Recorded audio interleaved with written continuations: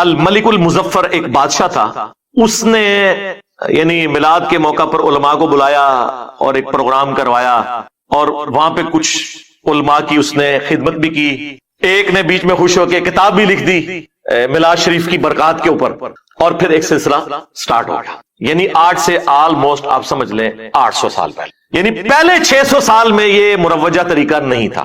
اور یہ وہ باتیں ہیں خود اعلیٰ حضرت بریلوی نے بھی لکھی ہوئی ہیں فتاوی رضویہ کے اندر. جو کام آج سے 800 سال پہلے اور رسول اللہ کی وفات کے 600 سال بعد شروع ہو، اس کام کو اس طریقے سے نہ کرنے والا گستاخ رسول کیسے ہو سکتا ہے؟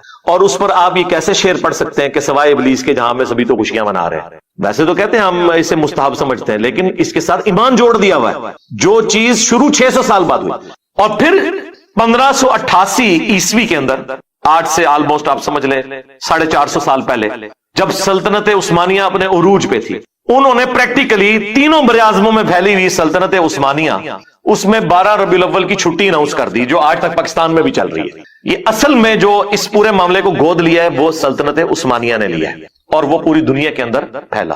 سعودی حکومت کے آنے سے پہلے مکہ مدینہ میں بھی میلاد کے جلوس نکلتے تھے. خود شاہ ولی اللہ دہلوی نے اپنے جو وہ زمانے کا ذکر کیا کہ جب میں حرمین گیا تو میں نے وہ میلاد کے جلوس دیکھے. یہ سارا کچھ ہوتا تھا 1925 سے پہلے. اس لیے آپ دیکھیں جب المحند علی المفند لکھی گئی ہے، اس میں ایک اعتراض حسام الارمین میں یہ بھی ہوا تھا کہ یہ میلاد کے لیے قیام کرنے کو بدعت کہتے ہیں. تو اس کے جواب میں پھر علماء دیوبند نے کلیریفیکیشن دی کہ ہم میلاد کو بالکل ٹھیک سمجھتے ہیں، بلکہ انہوں نے کہا میلاد تو بہت بڑی چیز ہے، ہم تو نبی علیہ السلام کے گدے اور اس گدے کے پیشاب کے ذکر کو بھی اپنے لیے سعادت سمجھتے ہیں، ہم کیوں میلاد کے خلاف ہوں گے؟ ہم صرف کہتے ہیں کہ میلاد کے موقع پر آپ قیام نہ کریں، باقی پوری مجلس کریں.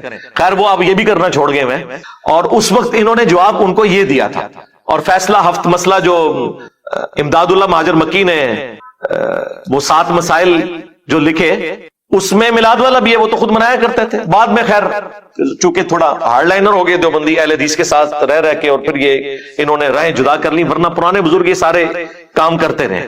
کیونکہ ظاہر سلطنت عثمانیہ ہی کی تو اولاد ہیں یہ سارے حنفی، چاہے بریلوی ہو یا دیوبندی ہو، تو ظاہر حکومتی لیول پہ انہی کے بزرگ تھے. اس وقت سعودی حکومت سے پہلے حرمین بھی سلطنت عثمانیہ کے انڈر تھا، تو وہاں پہ یہ سارے کام ہوتے تھے. اسے کوئی برا نہیں سمجھتا تھا، بلکہ ثواب کا. بلکہ آج بھی مدینہ شریف میں، مکہ شریف میں کتنے عربی ہیں جو لائٹنگ بھی کرواتے ہیں اور بڑے لیول پہ محفل میلاد کرواتے ہیں. وہ چونکہ وہاں کے شہری ہیں، ان کو اس طرح سعودی حکومت کوئی ہاتھ ڈال نہیں سکتی، تو وہ سارے پروگرام اس طریقے سے بھی چل رہے ہیں. لیکن میں آپ کو بتا رہا ہوں یہ 7ویں صدی ہجری میں شروع ہوا، اس کے بعد پھر سلطنت عثمانیہ نے اسے گود لیا، اور آج یہ حال ہے کہ جو اس مروجہ طریقے کو نہ لے کے چلے اسے کہتے ہیں یہ گستاخ ہے.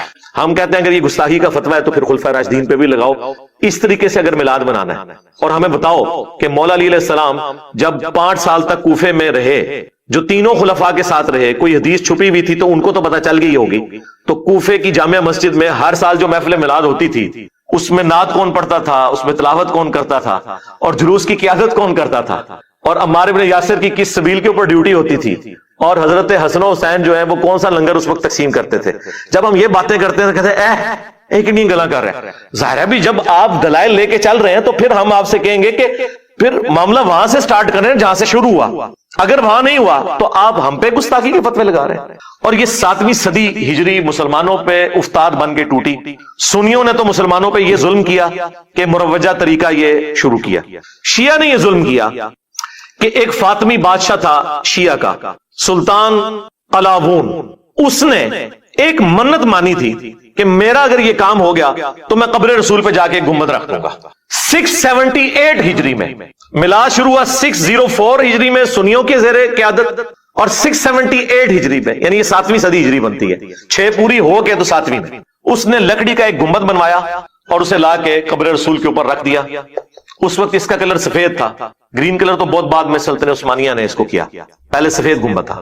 اور جس نے اسے یہ مشورہ دیا وہ بعد میں معذور ہو گیا، اور لوگ یہ کہتے تھے کہ اس کو سزا ملی ہے اس عمل کی. لیکن بعد میں آج یہ حالت ہے کہ سعودی حکومت کی بھی جرت نہیں ہے گنبد خضرا کو ہٹا دے. حالانکہ جب انہوں نے اس وقت مزارات ختم کیے تھے، یہ کہتے ہیں مزارات شہید کیے تھے. بھئی شہید وہ چیز ہوتی ہے جو اپنی اصل میں قرآن و سنت سے ثابت ہو. جب مسلم شریف میں حدیث ہے، میں تمہیں منع کرتا ہوں قبروں پر عمارت بنانے سے، قبروں کو پکا کرنے سے، قبروں پر بیٹھنے سے، چاہے مجاور بن کے بیٹھنا ہو یا فزیکلی بیٹھنا ہو. اس کے ہوتے ہوئے کس کی جرت تھی کہ وہ قبر رسول کے اوپر کوئی اس طرح کی عمارت کھڑی کرتا؟ رہ گیا حجر عائشہ میں نبی الاسلام کا دفن ہونا، تو وہ آپ علیہ السلام کی خصوصیت تھی۔ ترمذی میں حدیث ہے، حضرت ابو بکر صدیق رضی اللہ تعالیٰ عنہ نے فرمایا تھا کہ نبی علیہ السلام کی قبر آپ کی چارپائی کے نیچے کھودو، کیونکہ میں نے نبی علیہ السلام سے سنا تھا کہ اللہ تعالیٰ نبی کو اس زمین میں موت دیتا ہے جو سب سے بڑھ کر محبوب ہو، لہٰذا جس جگہ آپ کی ڈیتھ ہوئی ہے ایگزیکٹ اس چارپائی کے نیچے آپ کی قبر کھودی جائے۔ یہ نبی علیہ السلام کی حدیث کی بنیاد پہ فیصلہ ہوا تھا، یہ نہیں ہوا تھا کہ نبی علیہ السلام کی قبر کے اوپر حجرہ عائشہ بنایا گیا تھا، وہ پہلے سے موجود تھا، کوئی گنبد نہیں تھا، حجرے کے اندر دفن ہوئے۔ یہ گنبد 678 ہجری میں رکھا گیا۔ کوئی سوچ سکتا ہے ٹیکنالوجی نہ ہو شاید اس لیے نہیں رکھا، نہیں سرکار، 80 ہجری کے اندر جب ہزاروں صحابہ زندہ تھے، عبد الملک بن مروان بنو امیہ کا جو بادشاہ تھا، اس نے یہ ڈوم آف دا راک بنوایا، جس چٹان سے نبی علیہ السلام معراج پہ تشریف لے گئے، قبۃ الصخرہ اسے کہتے ہیں۔ کتنا بڑا ڈوم ہے، گنبد خضرا سے تو بہت بڑا ہے، وہ اس زمانے میں بنا ہوا ہے۔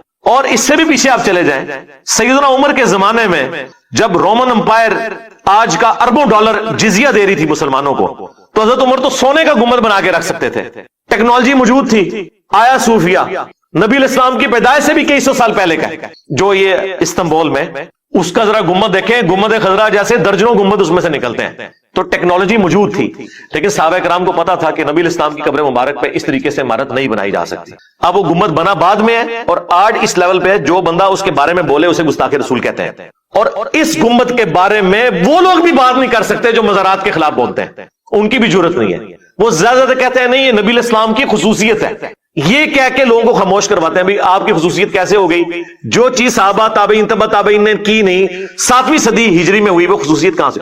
اسی وجہ سے جو محدث اعظم تھے سعودیہ کے، شیخ ناصر الدین البانی، ویسے تو البانیہ کے تھے، یہاں پہ بعد میں شفٹ ہوئے، وہ آخری وقت تک ان کی سعودی حکومت سے یہی جھگڑا تھا کہ گنبد ہٹاؤ یہاں سے۔ ان کو خود نکلنا پڑ گیا سعودیہ کی سرزمین سے، حرمین سے، اس کی پاداش میں۔ اور یہاں پہ وہ جناب ہمارے وہ بولے بالے طارق جمیل صاحب بتا رہے ہیں کہ جی یہ گنبد خضرا جو ہے علماء دیوبند نے بچایا ہے۔ انہوں نے کہا تھا کہ جناب وہ یہ اس پہ اجماع ہو چکا ہے اور یہ ہو چکا ہے، انہوں نے خط لکھا۔ وہ کس کے کہنے میں میرے بھائی؟ وہ خود ادھر کے علماء نے کہا تھا کہ یہ بہت بڑا ایک ریونج کھڑا ہو جائے گا، اور انہوں نے کہا کہ دیکھیں بخاری مسلم میں حدیث ہے، اے عائشہ تیری قوم نئی نئی جہالیت سے نہ پھری ہوتی تو میں حتیم کو توڑ کر خانہ کعبے کی باؤنڈری میں داخل کر دیتا اور ابراہیمی بنیادوں پہ کھڑا کر لیتا، لیکن نبی الاسلام نے اس کو ان اٹینڈڈ چھوڑ دیا، وہ آج تک باہر ہے۔ بیچ میں ایک دفعہ عبداللہ ابن زبیر نے اندر کیا، پھر جہاز نے توڑ کے باہر کر دیا، وہ ایک سلسلہ ہوا، لیکن اوورآل نبی الاسلام نے بھی فتنے کے ڈر کی وجہ سے ایک معاملے کو نہیں کیا۔ تو علماء عرب نے اس حدیث کی پلی لیتے ہوئے کہا کہ نہیں، اور پھر اب جب گنبد اتاریں گے تو پھر نبی الاسلام کی اس حوالے سے بھی بے حرمتی ہو سکتی ہے قبر کی، کہ قرآن میں واضح حکم ہے لا ترفعوا اصواتکم فوق صوت النبی، نبی کی آواز سے بھی اپنی آواز کو بلند نہیں کرنا۔ اور جن لوگوں کے دلوں کو اللہ نے تقوی کے لیے چنا ہے، ان کی اللہ نے نشانی بیان کی ہے کہ وہ رسول اللہ کی بارگاہ میں اپنی آوازوں کو پست رکھتے ہیں۔ صحابہ کرام کے بارے میں یہ، حضرت ابوبکر عمر کے بارے میں یہ آیت نازل ہوئی تھی، صحیح بخاری میں آتا ہے، جب وہ آپس میں جھگڑ پڑے اور حضور سے ان کی آواز بلند ہوگی۔ اور عبداللہ ابن ابی ملیکہ کہتے ہیں قریب تھا کہ اس مخلوق کے 2 بہترین لوگ برباد ہو جاتے جب رسول اللہ کی بارگاہ میں انہوں نے انجانے میں اپنی آواز بلند کر دی، اور وہ ابوبکر عمر تھے۔ اس کے بعد بخاری کے الفاظ ہیں حضرت عمر اتنا آہستہ بولتے تھے کہ حضور کہتے تھے مجھے آواز نہیں آ رہی، اونچا بولو، اتنا ڈر گئے۔ پھر اللہ تعالیٰ نے اگلی آیات نازل کی، ان الذین یغضون اصواتهم عند رسول اللہ، بے شک جو لوگ اپنی آوازوں کو پست رکھتے ہیں رسول اللہ کے حضور، یہ وہ لوگ ہیں جن کے دلوں کو اللہ نے تقوی کے لیے چن لیا ہے، ان کے لیے مغفرت اور اجر عظیم ہے۔ اور یہ ساری آیات آج بھی روزہ شریف کے اوپر لکھی ہیں، اب تو خیر انہوں نے بڑا چوڑا کر دیا، ایک انہوں نے ختم نبوت والی آیت لکھ دی ہے، ما کان محمد ابا احد من رجالکم ولکن رسول اللہ وخاتم النبیین، سینٹر میں انہوں نے وہ لکھی ہے یا ایھا الذین آمنوا لا ترفعوا اصواتکم فوق صوت النبی، نبی کی آواز سے اپنی آواز کو بلند نہ کرو۔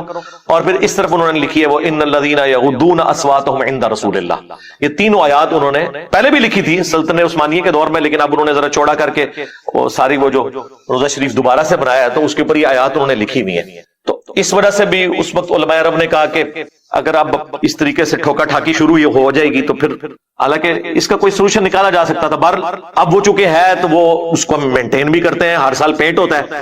گرین کلر تو آپ کو پتا ہے ویسے ہی گرین اور ریڈ کلر ایسے ہیں جو دھوپ میں زیادہ عرصہ نہیں نکالتے، اڑ جاتے ہیں، تو ریگولر بیس کے اوپر اس کے اوپر پینٹ بھی ان کو کرنا پڑتا ہے۔ وہ پینٹ جب پھر اترتا ہے وہ تبرکن پاکستان آتا ہے، میرے پاس بھی کچھ پڑا ہوا ہے، مجھے بھی کسی نے گفٹ دیا تھا، وہ ہمارے جیلم کے ایک پینٹر تھے جو پینٹ کرتے تھے گنبد خضرا کو، تو انہوں نے مجھے اتنا سا لا کے دیا تھا، تو وہ پھر ایک سلسلہ چل نکلا ہوا ہے اس کی وجہ سے، لیکن بنیاد وہی بنی ہوئی ہے۔ اب دنیا میں جتنے مزار ہیں نا وہ پلی ادھر سے لے رہے ہوتے ہیں، حالانکہ اس وقت تھوڑی سی جرت دکھاتی سعودی حکومت، جہاں پہ اتنے بڑے بڑے مزارات بقیہ غرقت میں تھے وہ انہوں نے ختم کیے. گنبد خضرا کو بھی اس وقت، اب بہرحال مجھے بھی لگتا ہے کہ اتنا آسان کام نہیں ہے کیونکہ میڈیا کا دور ہے اور میجورٹی تو ان لوگوں کی ہے جو اسے جائز سمجھتے ہیں حکومتی لیول کے اوپر بھی. اب حالات و واقعات بہت مشکل ہیں ان کے لیے ایسا کرنا.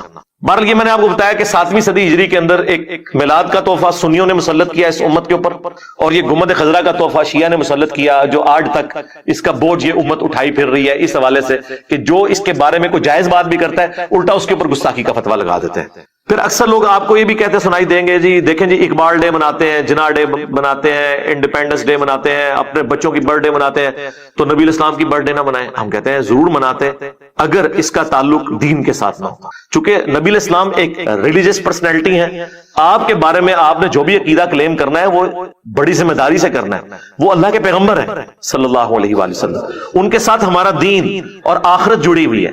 آپ کے ساتھ کوئی بھی ایسی چیز منسوب کرنی ہوگی تو نبی الاسلام کی اجازت کے بغیر، آپ کی تعلیمات کی روشنی کے بغیر یہ پاسبل نہیں. اور وہ تعلیمات وہی ہیں فیہ ولدت وفیہ انزل علیہ. میں پیر کا روزہ اس لیے رکھتا ہوں کہ اس دن میں پیدا ہوا اور اس دن مجھ پر پہلی دفعہ وہی نازل ہوئی. اچھا بعض لوگ پھر وہ پلی لیتے ہیں، دیکھیں جی جدید دور ہے، اس میں یہ طریقے اڈاپٹ کیے جاتے ہیں. ہم دیکھیں گستاخانہ فلمیں اور کارٹون پہ پلے کارڈ اٹھاتے ہیں، تو یہ بھی طریقہ آپ نے اڈاپٹ کیا ہوا ہے. مسجد میں قالین، اے سی، پنکھے، لائٹنگ، تو ہم میلاد کی لائٹنگ نہیں کر سکتے. اللہ کے بندو یہ وہ ساری چیزیں ہیں جو دین کی اصل کو سپورٹ کرنے والی ہیں، اور اس کی اصل صحیح مسلم میں موجود ہے. جب کچھ غریب لوگ مسلمان ہوئے، نبی الاسلام کے چہرہ مبارک پہ ناگواری کے آثار آئے، آپ نے صحابہ کو ترغیب دلائی، مسجد نبوی میں خطبہ دیا، تو ایک انصاری اٹھا اور گھر سے اتنا بڑا بورا لے آیا سامان کا، لا کے مسجد نبوی کے سین میں رکھا. اس کو دیکھ کے لوگ اتنے امپریس ہوئے کہ اس نے اتنی ہمت دکھائی ہے، حالانکہ اتنا امیر آدمی نہیں تھا وہ. تو باقی لوگ بھی اپنے گھروں میں گئے اور پورا مسجد نبوی میں ایک ڈھیر جمع ہو گیا. نبی الاسلام اتنے خوش ہوئے، آپ نے فرمایا جس نے اسلام میں اچھا طریقہ جاری کیا، یعنی جس طرح اس انصاری نے کیا، جتنے لوگ اس پر عمل کریں گے اس کا ثواب اس کو ملے گا اور ان کے ثواب میں بھی کمی نہیں ہوگی. سنتن حسنتن کے الفاظ ہیں، ہاں بدعتن حسنتن نہیں ہے. اور جس نے برا طریقہ جاری کیا سنتن سیئاتن، جتنے لوگ اس پر چلیں گے تمام کا اکٹھا وبال اس پہ ہوگا اور ان کے وبال میں بھی کمی نہیں آئے گی. یہ اس موقع پہ آپ علیہ السلام نے فرمایا تھا. تو دین اصلی جگہ موجود ہو اس کے لیے آپ کچھ کرتے ہیں. مثلا منڈے کا آپ کسی کا روزہ رکھوا دیتے ہیں، کھلوا دیتے ہیں، ٹھیک ہے، کوئی مسئلہ نہیں ہے. ہم ہوائی جہاز میں حج کے لیے جاتے ہیں لیکن حج کے ارکان تو وہی ہیں، وہی ارکان ہیں جو ہم ادا کرتے ہیں. اسی طریقے سے بخاری اور مسلم کتابی شکل میں لانا یہ خلفائے راشدین نے تو نہیں کیا، ایک اسلام میں اچھا طریقہ ہے جو انہوں نے جاری کیا، لیکن احادیث اصلی وہی ہیں، اپنی جگہ پہ ہیں. قرآن کو پرنٹ کرنا پرنٹنگ پریس کے اوپر، دین اصلی جگہ ہے. الیکٹرانک کاؤنٹر یوز کرنا تسبیحات کے لیے، پڑھ رہے اس میں سبحان اللہ الحمدللہ، یا غوث تو نہیں پڑھنا نا. ہاں اسی طریقے سے کیمرے میں ویڈیو کو ریکارڈ کرنا یا مسجد میں ایئر کنڈیشن لگانا، یہ ساری کی ساری چیزیں دین کو سپورٹیو ہے. دین کے طور پر نہیں، دین کو سپورٹیو ہے، اگرچہ ان کا سباب ہے لیکن اصلی دین اپنی جگہ ہے. لیکن دین میں جب کوئی چیز داخل کریں گے تو وہ بخاری مسلم کی حدیث ہے، من احدث فی امرنا ھذا فہو رد. جس نے ہمارے تعلیم کیے ہوئے دین میں کوئی چیز داخل کر دی وہ مردود ہو جائے گی. فجر کے کوئی 2 کی بجائے 4 فرض پڑے مردود، باقی چیزوں کی تو کوئی حیثیت ہی نہیں رہتی. آپ نماز بھی فالتو پڑھ دیں، چلیں کام میں تو سمجھ آتی ہے کہ کمی رہ گئی، فالتو کیوں نہیں قبول؟ نبی الاسلام کے طریقے سے جی منع کی طرح، جی منع ہے جی. مسلم شریف میں حدیث ہے فإن خير الحديث كتاب الله وخير الهدي هدي محمد صلى الله عليه وآله وسلم وشر الأمور محدثاتها وكل محدثة بدعة وكل بدعة ضلالة وكل ضلالة في النار. کچھ الفاظ سنن نسائی میں، مین سٹرکچر مسلم شریف میں اس کی. آگاہ ہو جاؤ، سب سے بہترین کلام اللہ کی کتاب ہے، سب سے ہدایت یافتہ راستہ محمد صلی اللہ علیہ وآلہ وسلم کا ہے. بدترین کام وہ ہیں دین میں جو خود سے جاری کر دیے جائیں، اور وہ تمام کام بدعتیں ہیں، تمام بدعتیں گمراہیاں ہیں، اور تمام یہ گمراہیاں اور بدعات جہنم میں لے جانے والی ہیں. وَلِعَوْذُ بِاللَّهِ تَعَالَى. تو منع ہی ہے نا. ایک جملے میں بخاری مسلم میں حدیث ہے کہ مجھے اللہ نے جوامع کلمات کے ساتھ مبعوث کیا ہے، ایک جملہ بولتا ہوں سب کچھ کور. جی رفع ذہن کا حکم کدھر ہے؟ جی بخاری میں ہے. مسلم میں بھی حدیث موجود ہے، مالک بن حویرث والی. بخاری میں ذرا تفصیل کے ساتھ ہے. غزوہ تبوک کے موقع پر آئے تھے وہ 20 نوجوان، جب واپس جانے لگے تو نبی الاسلام نے فرمایا صلو کما رأیتمونی اصلی، نماز اس طرح پڑھنا جس طرح مجھے نماز پڑھتے ہوئے دیکھا ہے. اور مالک بن حویرث بخاری مسلم میں روایت کر رہے ہیں کہ میں نے رسول اللہ کو نماز پڑھتے ہوئے دیکھا، شروع کرتے وقت وہ ہاتھ اٹھاتے, رکوع میں جاتے وقت اٹھاتے, اور رکوع سے سر اٹھاتے وقت اٹھاتے. بخاری میں صرف ہاتھ اٹھانے کا ذکر ہے, مسلم میں ہے کانوں تک اٹھاتے ہیں, کانوں تک بھی ثابت ہے اور کندھوں تک بھی. تو مالک بن حویرث نبی علیہ السلام کی وفات سے 1.5 سال پہلے مسلمان ہوئے ہیں, اور ایک جملے میں اس طرح نماز پڑھنا جس طرح مجھے پڑھتے ہوئے دیکھ رہے ہو. اب جو عمل نبی علیہ السلام نے کیا ہے وہ عمل جب وہ رپورٹ کر رہے ہیں تو اس میں شامل ہے. جی حکم کدھر ہے؟ حکم موجود ہے بخاری کے اندر, بلکہ جلسہ استراحت بھی روایت کیا ہے مالک بن حویرث نے بخاری میں, کہ وہ پہلی رکعت میں اور تیسری رکعت میں اس وقت تک کھڑے نہیں ہوتے تھے قیام کے لیے جب تک کہ وہ بیٹھ نہ جائیں. اس کے علاوہ بھی بخاری میں نبی علیہ السلام نے تیزی سے ایک صحابی کو نماز پڑھتے ہوئے دیکھا تھا, تو اس میں آپ علیہ السلام نے کیا فرمایا تھا؟ سکون سے نماز ادا کرو, تکبیر کہو, پھر قرات کرو, پھر رکوع میں, پھر جب پہلا سجدہ کرو تو بیٹھ جاؤ, پھر دوسرا سجدہ کرو, پھر بیٹھو, اور پھر اگلی رکعت کے لیے کھڑے ہو. اس میں جلسہ استراحت کا حکم ہے.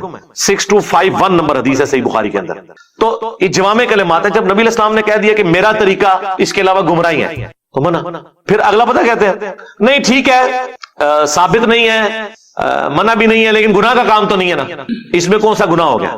ہم کہتے ہیں رکو ذرا, صبر کرو. جنازے کی اذان کہاں پہ منع ہے؟ جی وہ ثابت نہیں ہے. نہیں یہ تو دلیل نہیں آپ نے لینی. آپ کہتے تھے منع کہاں ہے؟ نہیں منع تو نہیں. عید کی اذان کوئی منع نہیں, صرف حدیثوں میں یہ ہے کہ دیتے نہیں تھے, منع تو کہیں نہیں کی. اور بخاری مسلم میں حدیث ہے اذان کی آواز سن کر شیطان جو ہے وہ پیٹ پھیر کر بھاگ جاتا ہے, اس کی ہوا خارج ہو جاتی ہے. تو عید والے دن تو 2 اذانیں ہونی چاہیے. جو لوگ سال بعد مسجد میں آتے ہیں شیطان کو بھگایا جائے, لیکن نبی علیہ السلام نے نہیں دی. اس کی وجہ سے اقامت بھی نہیں ہوتی. نماز دن کی ہے اور جہرن ہوتی ہے, حالانکہ دن کی نمازیں سری ہیں, ظہر و عصر. صرف جمعہ جہرن ہے اور عید کی نماز جہرن ہے. کیوں؟ نبی علیہ السلام نے اس طرح تعلیم فرمایا. منع نہ جنازے کی اذان ہے نہ عید کی. پھر وہاں کہیں گے نہیں ثابت نہیں ہے. بس آپ کو جواب مل گیا کہ آپ بھی جو کچھ کر رہے ہیں وہ ثابت نہیں ہے. اس کو آپ گستاخی کی کیٹیگری میں لے جا کر اور ایک جذباتی طریقے سے اپنے معاملات کو لے کے چلنا یہ بالکل غلط ہے. پھر وہ کہتے ہیں دیکھیں قرآن میں آیا وَأَمَّا بِنِعْمَةِ رَبِّكَ فَحَدِّثْ, اپنے رب کی نعمتوں کا خوب چرچا کرو. تو رسول اللہ سے بڑی کون سی نعمت ہے؟ اس لیے ہم پھر نہ چرچا کرنے کے لیے روڈوں پہ نکلتے ہیں, روڈیں بلاک کرتے ہیں تاکہ مریض جو ہیں وہ ہاسپٹل نہ پہنچ سکیں, بچے اسکولوں اور کالجز تک نہ پہنچ سکیں. ظاہر یہی کچھ ہی ہو رہا ہوتا ہے نا. آپ ذرا پنڈے چلے جائیں, پورا ربیع الاول کا مہینہ انہوں نے جلوس نکالنے ہوتے ہیں, ہر روز کوئی نہ کوئی سڑک ایک بلاک کی ہوئی ہوتی ہے انہوں نے. بھائی چاہے 12 ربیع الاول کا جلوس ہو, چاہے 10 محرم کا جلوس ہو, چاہے وہ دیوبندیوں کا 1 محرم کا جلوس ہو, یہ سب کے سب کنٹرول انوائرمنٹ میں ہونے چاہیے. روڈز کو بلاک کرنا, رسول اللہ آج دنیا میں تشریف لے آئے بفرض محال, تو آپ علیہ السلام اس چیز کو پسند فرمائیں گے کہ آپ لوگوں کو تکلیف دے کے یہ سارے اعمال کر رہے ہو؟ یہ بالکل غلط لی لیتے ہیں. پھر وہ کہتے ہیں دیکھیں جی بخاری میں ایک حدیث ہے کہ ابو لہب کی ایک لونڈی تھی سویبہ, وہ ابو لہب نے حضور کی پیدائش کی خوشی میں اسے آزاد کیا, تو مرنے کے بعد کسی نے خواب میں دیکھا تو اسے اس انگلی سے رطوبت پلائی جاتی ہے. یہ بے سند روایت ہے, چلیں اسے آپ ٹھیک بھی مان لیں, ایک خواب بیان ہوا. اس میں سے یہ کہاں ثابت ہو گیا کہ اس روایت کی بنیاد پہ نبی علیہ السلام ہر سال 12 ربیع الاول پہ لونڈیاں آزاد کرتے تھے, یا خلفائے راشدین لونڈیاں آزاد کرتے تھے, یا یہ جو کہتے ہیں وہ لنگر پکا کے ایک دفعہ حضور نے تقسیم کیا. سنن کبریٰ البیہقی میں آتا ہے اور المعجم الکبیر طبرانی میں. حالانکہ وہ نبی علیہ السلام نے اپنا عقیقہ کیا تھا, میلاد نہیں منایا تھا, ورنہ تو ہر سال منا رہے ہوتے ہیں. اس طرح چیزیں لیتے ہیں, وہ آدھا سچ بڑا خطرناک ہوتا ہے, اس کے ساتھ چیزیں جوڑ لیتے ہیں. پھر وہ کہتے ہیں کہ جی نبی علیہ السلام جب ہجرت کر کے مدینہ شریف آئے تو بنو نجار جو آپ کے ننیحال سے تھے, ان کی بچیوں نے مدینے کی چھتوں پر کھڑے ہو کر یا محمد یا رسول اللہ کے نعرے لگائے تھے. بالکل لگائے تھے, کیونکہ نبی علیہ السلام سامنے تشریف لائے تھے, ہجرت کی خوشی میں آپ کو ویلکم کیا تھا. آج بھی رسول اللہ سامنے تشریف لائیں, ہم لبیک یا رسول اللہ کے نعرے لگا کے آپ کو ریسیو کریں گے. اس میں میلاد تو ثابت کہیں نہیں ہوتا. یہ تو نہیں تھا کہ ہر سال جب ہجرت کی ڈیٹ آتی تھی تو بچیاں چھتوں پہ چڑھ کر طلع البدر علینا اور یہ سارا کچھ پڑھتی تھی. وہ ایک ایونٹ تھا, اس ایونٹ کو اس وقت سیلیبریٹ کیا گیا. پھر وہ کہتے ہیں کہ جی لائٹنگ کا ثبوت تو اس حدیث میں ہے جو مسند احمد میں ہے, دلائل النبوہ کے اندر بھی ہے اور مشکات میں موجود ہے. بالکل صحیح حدیث ہے. نبی علیہ السلام نے فرمایا میں اللہ کے ہاں اس وقت بھی خاتم النبیین لکھا ہوا تھا جب آدم علیہ السلام ابھی مٹی اور پانی کے درمیان تھے. میں دعائے ابراہیم ہوں, میں عیسیٰ کی بشارت ہوں, میں اپنی والدہ کا وہ خواب ہوں جو انہوں نے پیدائش کے وقت دیکھا کہ ان کے لیے ایک روشنی ظاہر ہوئی جس کی وجہ سے شام کے محلات بھی ان پر روشن ہو گئے. وہ کہتے ہیں اس سے لائٹنگ ثابت ہوتی ہے. نبی علیہ السلام کی والدہ محترمہ کو اللہ تعالیٰ نے یہ بشارت دی تھی کہ آپ سے وہ بچہ پیدا ہوگا کہ جس کا دین, جس کی حکومت بالآخر اس وقت کی سب سے بڑی سپر پاور رومن امپائر کو بھی سپر سیڈ کر جائے گی. یہ ایک بشارت تھی. اس سے نبی الاسلام کے گھر والوں نے، اہل البیت نے یا خلفائے راشدین نے کبھی یہ رزلٹ نہیں نکالا کہ وہ 12 ربیع الاول کے اوپر لائٹنگ کروانا شروع کرتے ہیں. حالانکہ اس وقت بھی دیے مسجدوں میں جلتے تھے، لیکن کوئی ایسا رزلٹ نہیں نکالا گیا. وہ کہتے ہیں نہیں جی، عبداللہ محدث دہلوی نے لکھا ہے کہ وہ 3 جھنڈے دیے گئے تھے، ایک نبی الاسلام کے گھر پر، ایک خانہ کعبے کی چھت کے اوپر. عبدالحق محدث دہلوی، یہ انڈیا، پاکستان، بنگلہ دیش میں وہ تحفہ ہے کہ جتنی آپ کو یہ بڑی بڑی خرابیاں نظر آ رہی ہیں نا، یہ اس بندے کی وجہ سے ہے. 1052 ہجری میں فوت ہوئے. جب تک زندہ تھے ان کا اور شیخ احمد سرندی کا آپس میں نا وہ والا ویر تھا جسے ہم پنجابی میں بولتے ہیں، میں جملہ نہیں بولنا چاہتا. وہ انہیں گمراہ سمجھتے تھے وحدت الوجود اور وحدت الشہود کے اختلاف میں. وہ شیخ احمد سرندی